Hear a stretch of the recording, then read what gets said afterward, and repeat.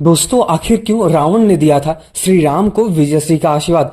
आपने श्री राम और रावण के युद्ध के बारे में रामायण और रामचरित में सुना ही होगा, पर क्या आपने कभी यह सुना है कि स्वयं रावण ने श्री राम को विजयश्री का आशीर्वाद दिया था। यह अद्भुत कथा हमें महर्षि कंबु की कंब रामायण में मिलती है, जो कि तमिल भाषा में लिखी गई है, और वाल्मीकि रामायण या फिर रामचरितमानस में इसका उल्लेख कोई भी नहीं है। तो चलिए फिर इस रोचक तथ्य और रहस्यमय घटना के बारे में जानते हैं। बस वीडियो अगर इंटरेस्टिंग लगे तो वीडियो को लाइक और चैनल को सब्सक्राइब तो जरूर कर देना। आप सभी को पता ही होगा कि रावण एक महान योद्धा नहीं था, बल्कि एक अत्यंत विद्वान और भगवान शिव का परम भक्त भी माना जाता था। उसे अपनी शक्तियों का ज्ञान था और उस पर गर्व भी था, लेकिन उसे यह भी भली भांति ज्ञात था कि भगवान श्री राम के साथ युद्ध करना अत्यधिक कठिन और असंभव ही है। तो इस कहानी की शुरुआत कुछ इस प्रकार है। जब भगवान श्री राम ने लंका पर विजय प्राप्त करने का संकल्प लिया, तो उन्होंने सोचा कि इस महान युद्ध से पहले उन्हें भगवान शिव की उपासना करनी चाहिए। शिव जी की कृपा के बिना विजय असंभव है, और उनके आशीर्वाद से ही रावण जैसे महाशक्तिशाली महाबलशाली शत्रु को हराया जा सकता है। भगवान श्री राम ने ज्योतिर्लिंग की स्थापना की और पूजन का निर्माण भी किया, लेकिन इसके लिए उन्हें एक योग्य पंडित की आवश्यकता थी, जो विधि पूर्वक पूजा को संपन्न करा सके। जामोन जी, जो भगवान श्री राम के प्रमुख सलाहकारों में से एक माने जाते हैं। जैसा कि मैंने आपको पहले ही बताया कि जामोन जी एक ऐसे महान योद्धा थे जो द्वापर युग कलयुग में भी आते हैं। उनकी आयु लगभग बहुत ज्यादा थी, वो बहुत ही ज्यादा शक्तिशाली थे, और उनकी शक्ति के साथ ही साथ उनकी जो बुद्धि थी, उनका जो दिमाग था, वो बहुत ही ज्यादा था। यहाँ तक कि जामोन जी ने स्वयं भगवान हनुमान जी, मतलब अपने जो हनुमान जी है बजरंग बली को, उनके शक्तियों का ज्ञात कराया था। अब ये इतने ज्यादा सलाहकार होने के कारण उन्होंने सुझाव दिया कि इस पूजा के आचार्य के रूप में रावण से बेहतर और कोई भी नहीं हो सकता। रावण शिव जी का परम भक्त था और एक महान विद्वान ब्राह्मण भी था। रावण के पास वेदों का अद्वितीय ज्ञान था और वह पूरी विधि विधान से पूजा करा सकता था। यह सुनकर भगवान श्री राम सहमत हो गए और जामोन जी को रावण के पास निमंत्रण देने के लिए भेज दिया। अब ऐसा माना जाता है कि रावण, जो अपने ज्ञान और शिव भक्ति के लिए प्रसिद्ध माना जाता था, रावण जामोन जी का निमंत्रण सुनकर कुछ क्षण के लिए आश्चर्यचकित हुआ। उसे पता था कि भगवान श्री राम उसी की लंका को जीतने के लिए इस पूजा का आयोजन करा रहे, लेकिन ब्राह्मण धर्म और शिव भक्ति का पालन करते हुए उसने इस पवित्र कार्य में आचार्य बनने का प्रस्ताव स्वीकार कर लिया। अब ऐसा कहा जाता है, और ये जो महर्षि कंबु है, उनके रामायण में ऐसा माना जाता है कि रावण को यह भी पता था कि भगवान श्री राम का उद्देश्य उसकी लंका को जीतना है, फिर भी उसने पूजा की सभी विधियों को विधि पूर्वक संपन्न कराया। जब पूजा समाप्त हो गई तो भगवान श्री राम ने रावण से विजयश्री का आशीर्वाद भी मांगा था।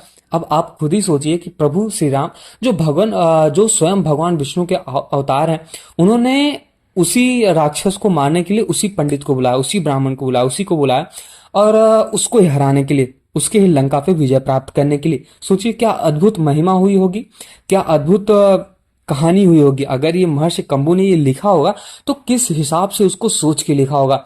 अगर हम मानते हैं कि ये कल्पना है, तो कल्पना भी बहुत ही गजब कल्पना है। ऐसी कल्पना को तो हमें पूजना चाहिए, हमें नतमस्तक होना चाहिए।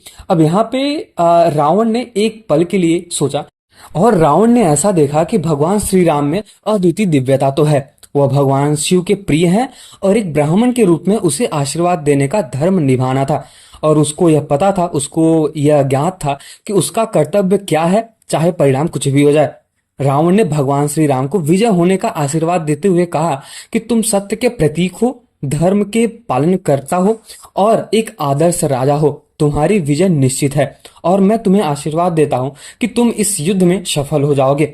इस आशीर्वाद के साथ ही साथ रावण ने अपने ब्राह्मण धर्म का पालन किया, और ऐसा कहा जाता है, महर्षि कंबु ऐसा बताता है कि भले ही वह जानता था कि इस आशीर्वाद से उसकी लंका का पतन निश्चित है या फिर निश्चित हो जाएगा, रावण ने अपने विद्वान और शिव भक्त होने के कारण भगवान श्री राम को विजयश्री का आशीर्वाद दिया।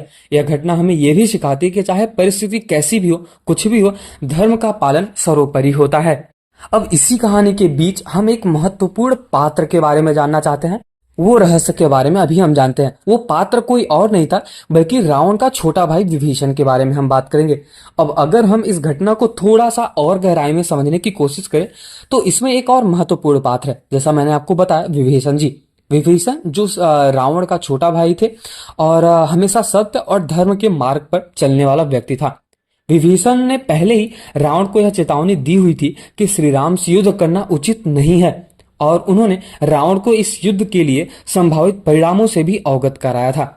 जब रावण ने श्री राम को विजय का आशीर्वाद दिया तो विभीषण ने इस पूरे दृश्य का गवाह था, या फिर वो खुद देख रहे थे कि ये कैसे, मतलब जो रावण है वो खुद पूजा कराने आया है और भगवान श्री राम को विजय श्री का आशीर्वाद दे रहा है। विभीषण हमेशा से धर्म और सत्य के प्रति निष्ठावान थे, और उन्होंने रावण की इस धर्मनिष्ठा को देखकर अपनी भावनाओं को नियंत्रित किया। विभीषण के लिए यह एक असमंजस की स्थिति थी। एक ओर वही अपने भाई के प्रति निष्ठा रखते थे, जबकि दूसरी ओर वह धर्म के रास्ते पर चलते चलते श्री राम के साथ थे। विभीषण का यह संघर्ष और उनकी आस्था आने वाले समय में और भी अधिक महत्वपूर्ण हो जाती है। जब वह रावण का त्याग कर श्री राम के पास आ खड़े होते हैं, तब विभीषण ने अपनी व्यक्तिगत हितों से ऊपर उठकर धर्म का पालन किया और सत्य का पालन किया। और यह कथा हमें यह भी सिखाती है कि चाहे कितनी भी विपरीत परिस्थितियों में हो, लेकिन धर्म का मार्ग कभी भी नहीं छोड़ना चाहिए, वो हमेशा सर्वोपरि होता है। अब रावण द्वारा श्री राम को विजय श्री का आशीर्वाद देने के बाद युद्ध का जो माहौल था और भी ज्यादा गंभीर हो गया। रावण ने एक ओर अपनी योद्धा का धर्म का पालन किया और दूसरी ओर अपने ब्राह्मण धर्म का निभाया, लेकिन इस घटना में उसे भीतर से थोड़ा विचलित कर दिया। उसको यह पता था, वह जानता था कि उसकी हार निश्चित है, फिर भी उसने एक राजा के रूप में अंतिम युद्ध की तैयारी शुरू कर दी। इस दौरान रावण ने अपने शास्त्रों और दिव्यास्त्रों का आह्वान किया, जिनमें से कई उन्हें भगवान शिव और अन्य देवताओं से प्राप्त थे। उसने अपने पुत्रों और सेनापतियों को युद्ध की तैयारियों के लिए निर्देश दिया, जबकि भीतर से वह यह समझ चुका था कि यह युद्ध उसके जीवन का अंतिम युद्ध होगा। युद्ध के मैदान में उसकी सेना का नेतृत्व करते हुए भी रावण ने अपने भीतर की इस अनिश्चितता को कभी भी प्रकट होने नहीं दिया।